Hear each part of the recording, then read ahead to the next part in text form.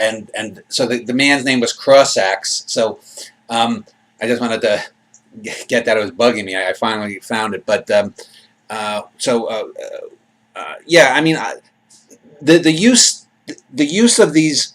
I mean, Mel John is a character. Francois Mel John is a character that wants to feel important. He even says how, even though he's the company clerk or the ship's clerk, that it's, you know, next to the captain, the most important position, because he has to requisition stuff, he has to check this, that, and the other thing, and he's constantly building him up. And there's even one, and there's even one scene where the ship is in dry dock before they go out on this final mission. He's remembering his being attracted to this really bitchy woman who's an inspector or something, and he's trying to flirt with this inspector bitch, and she's constantly putting him down and whatnot, and he doesn't understand. He tries making these jokes, and throughout he's always trying to make these jokes, and he's not.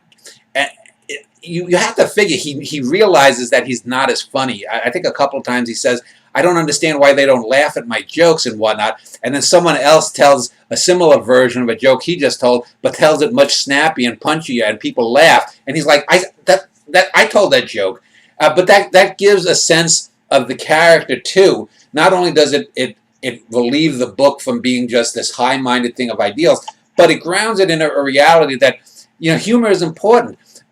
You know, one of the things I was rewatching I watched for the first time a Bergman film called Summer Interlude yesterday with Jessica, and you know, when you watch Tarkovsky and you watch Bergman, there's very little in the way of humor. Bergman has a little more humor than Tarkovsky, but it's important to have humor in it because it gives you that contrast with things. It also says this is the kind of person who's telling this story. So we know that Mel John is a principled person. We know that from the fact that he turns in his friends after they kill the old man Crossax. But he's also a person that is pretty dense. He doesn't get certain things. At a certain point, we get the idea that maybe he's even flirting with Musette a little bit.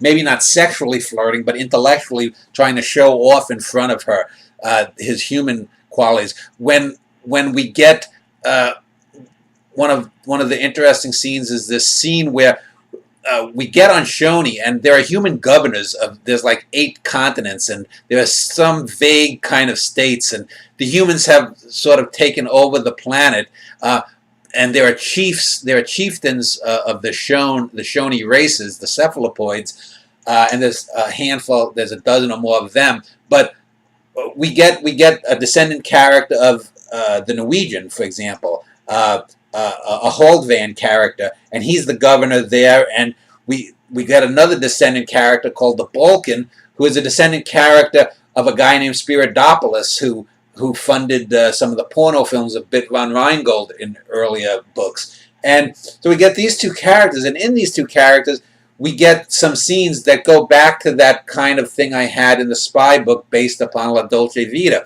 We get these characters exchanging. We get some of the top offices of the Fidanza. We get Mel John making jokes. We get a translator translating or sometimes mistranslating. We get Conga when he's first comes out and they're buying his story. And we don't really know if Conga really was Apache Steve, but it seems that he was probably a plant. If he wasn't Apache Steve, he was certainly a plant by the Mulists, given this story, fed this story. But we get some interesting and some funny scenes where Conga is sort of being worshipped as a god, a godlike creature. A ball is there showing off. Mel John is trying to make his little jokes and whatnot. So you get this real panoply of fully rounded characters. And just another instance of parallelism, and going back to Star Trek, there's an early Star Trek episode from the first series with Kirk and Spock, and it's like the second pilot episode with the guy Gary Lockwood from 2001, who plays a character as the Enterprise goes through this portal this force field at the end of the galaxy. His eyes start glowing and he becomes godlike. And this was, again, another thing that feeds into the Green Lantern thing.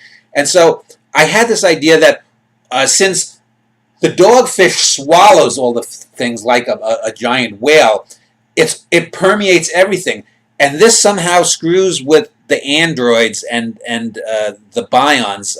They get sexually horny, but not only do they get sexually horny, it also seems to affect this one character.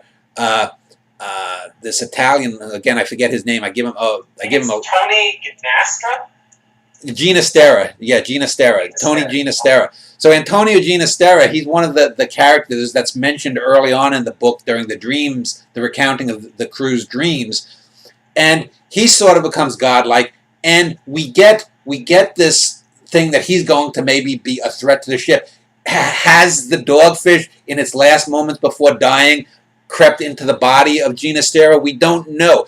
But it foreshadows the ascension of Elias Walker, and says that even though Elias Walker at the end restores the people he killed, we know that they're not the real people, because I even have a chapter called The Real Argo, because even if I'm killed and if I'm resurrected by a being 2 days later, there's still that 2-day gap. That ain't me that's being resurrected.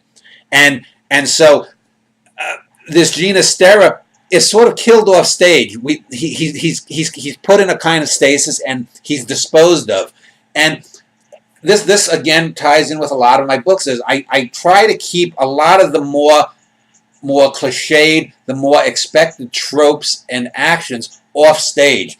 We know that Ginastera is going to be killed. We don't have to see him being killed. We don't have to have a big scene of him, because he's a minor character. He's what's known as a red shirt in the Star Trek universe. So Ginastera poses a threat for a chapter or so. We have a brief scene of him, becoming aware of his powers, and then he's disposed of. So this again augurs the ending of the book. But again, it's such a complex book that probably as many scenes or as many twists and turns occur in this book as occur in the almost 5 times as long A Norwegian in the Family. The difference is that I elide a lot more and I compress things a lot more, and it's just an interesting tactic. It's also a more poetic book in a sense. Yeah, in a sense.